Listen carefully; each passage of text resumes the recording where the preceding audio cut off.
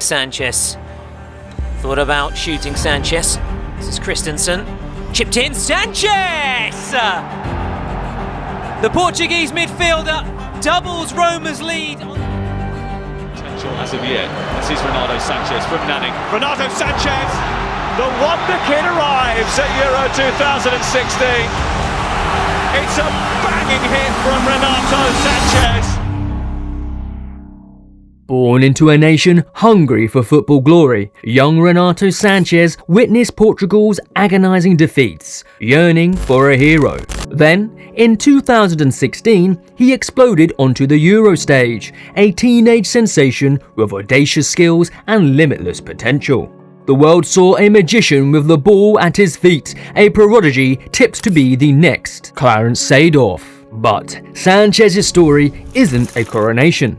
It's a dazzling rise followed by a sharp turn and a question that still lingers. Where did the Wonderkid vanish to? This is the story of the Euros Wonderkid, who seemingly disappeared overnight. Born into Lisbon's gritty Musgueira neighbourhood in 1997, Renato Sanches, nicknamed Bullo by his grandma, wasn't handed a silver spoon. Football became his escape, a world apart from the neighbourhood's challenges. By 8, he was already a regular at Águia da Musgueira, a local club honing his skills. Then came the game changer. Benfica, Portugal's powerhouse, saw a diamond in the rough and snatched him up for a steal, a mere €750 and 25 footballs.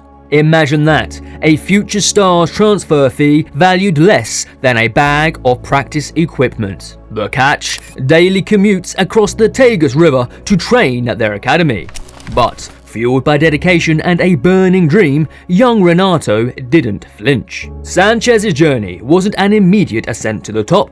It began with him battling out in the Portuguese second division with Benfica's B team, where he made his official professional debut in October 2014. A year later, his raw talent propelled him from the reserves right into the first team training, rubbing shoulders with seasoned veterans, and finally, in late October 2015, the moment arrived. His official debut for the Benfica First Team, coming on as a sub in a convincing 4-0 win against Tondela. By November 2015, the 18-year-old was no longer just a prospect. A shiny new contract with Benfica cemented his place, and he was even starting games. Then came December 4th, a night where he announced himself to the world with a monster goal from distance. The ball rocketed into the net, not only securing a win for Benfica, but etching Sanchez's name into history as the youngest player to score a home goal for the team at their stadium this century. The strike, a shoo-in for goal of the month, was just the beginning. Sanches became an undisputed starter in the lineup, racking up appearances and propelling Benfica to victory after victory. But the road wasn't always smooth. In April, a section of fans hurled racist abuse at Sanches during a game. Despite the ugliness, he handled the situation with remarkable grace, demonstrating a great deal of maturity at such a young age. Thankfully, the negativity was a blip on the radar. Benfica emerged victorious in the league title race, and Sanches capped off his phenomenal season by helping his team win the League Cup. And then, the perfect stage was set. Euro 2016, and Renato Sanches, at just 18, received the call every young footballer dreams of. Not just any call-up. Mind you, he dethroned none other than Cristiano Ronaldo to become the youngest Portuguese player ever selected for a major tournament. Sanches wasn't new to the Portugal scene. By the time he was a teenager, he had already racked up 40 appearances playing for Portugal's youth teams. He even helped them reach the semi-finals of the 2014 Under-17 European Championships, showcasing his skill on a big stage and earning a spot on the tournament's best team.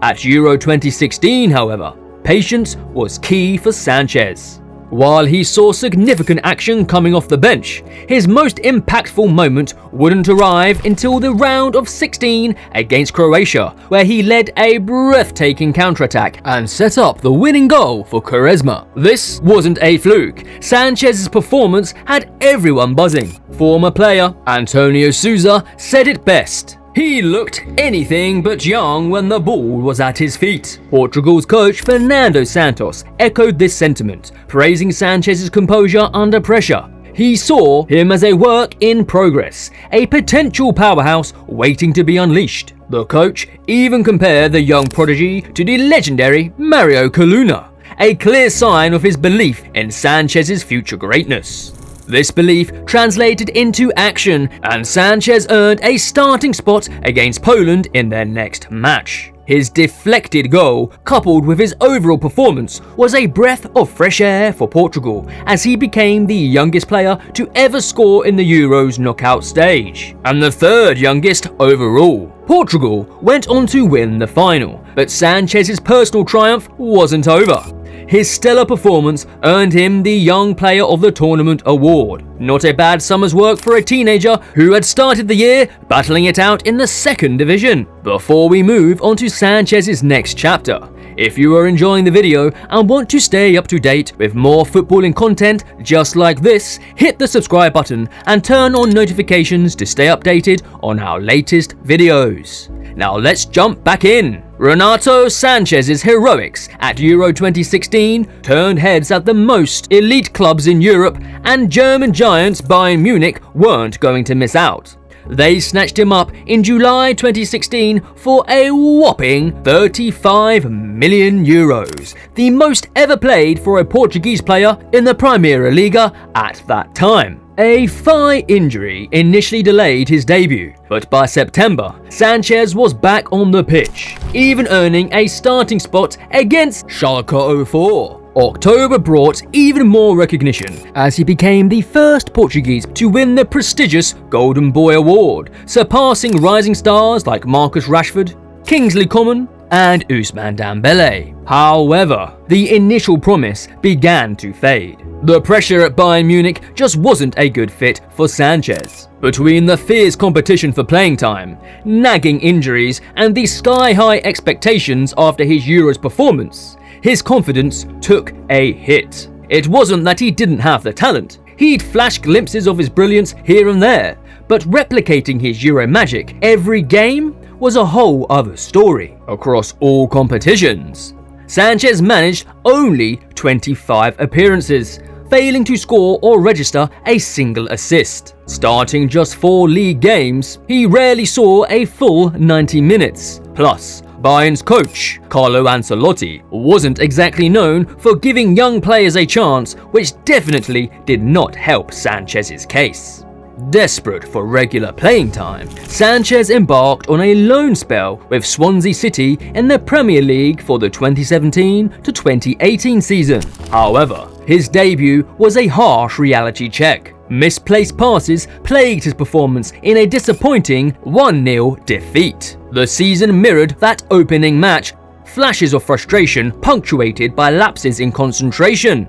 A moment of public embarrassment where he passed the ball out of bounds, mistaking a teammate's position, exemplified his struggles. To make matters worse, hamstring issues sidelined him after January, effectively ending his loan on a sour note. By the end of the season, it was clear Sanchez's move had backfired. Swansea's manager, Carvalhal, wasn't shy about criticising him, calling it a rough season where Sanchez needed to learn from his mistakes. He even suggested that the move to a giant club like Bayern might have stunted his growth. Sanchez returned to Bayern Munich for the 2018 to 2019 season with a new coach at the helm, Niko Kovac. Kovac seemed to understand Sanchez's potential, stating he just needed confidence to perform. This new approach initially seemed to work, as Sanchez finally scored his first goal for Bayern in September, which was ironically against his old club, Benfica. He even won Bayern's Best Player of the Month award the same month. However, the joy was short-lived yet again, a red card in December sidelined him for the German Cup final, despite Bayern's eventual victory, and the following season saw Sanches publicly stating his desire to leave the club for more playing time, even to a point that he skipped a training session and got fined for it. In August 2019, his wish was granted. French club Lille secured his signature for a hefty €20 million, the most they'd ever spent on a player. While his debut wasn't ideal, Sanches gradually found his footing in France. The coach experimented with different positions, primarily using him as a substitute.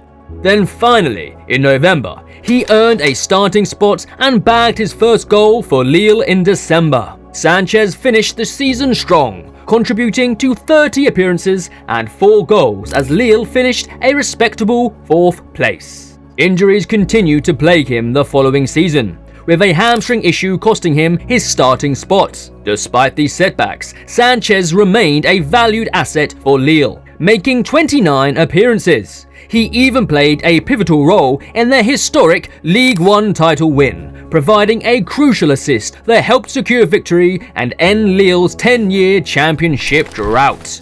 August 2022 saw Sanches land a dream move to the mighty Paris Saint-Germain. The transfer fee was a cool €10 million, with a potential bonus bump up to €13 million.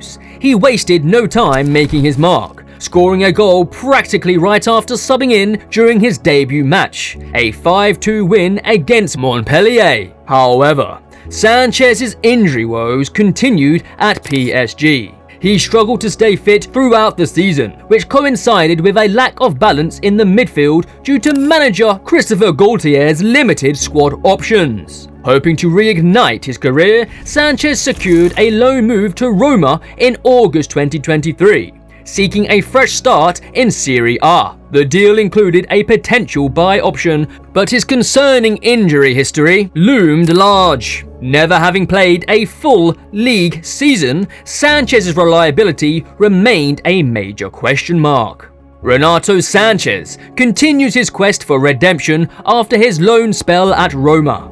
Loan spells to various clubs brought flashes of his past brilliance, but consistency remained elusive.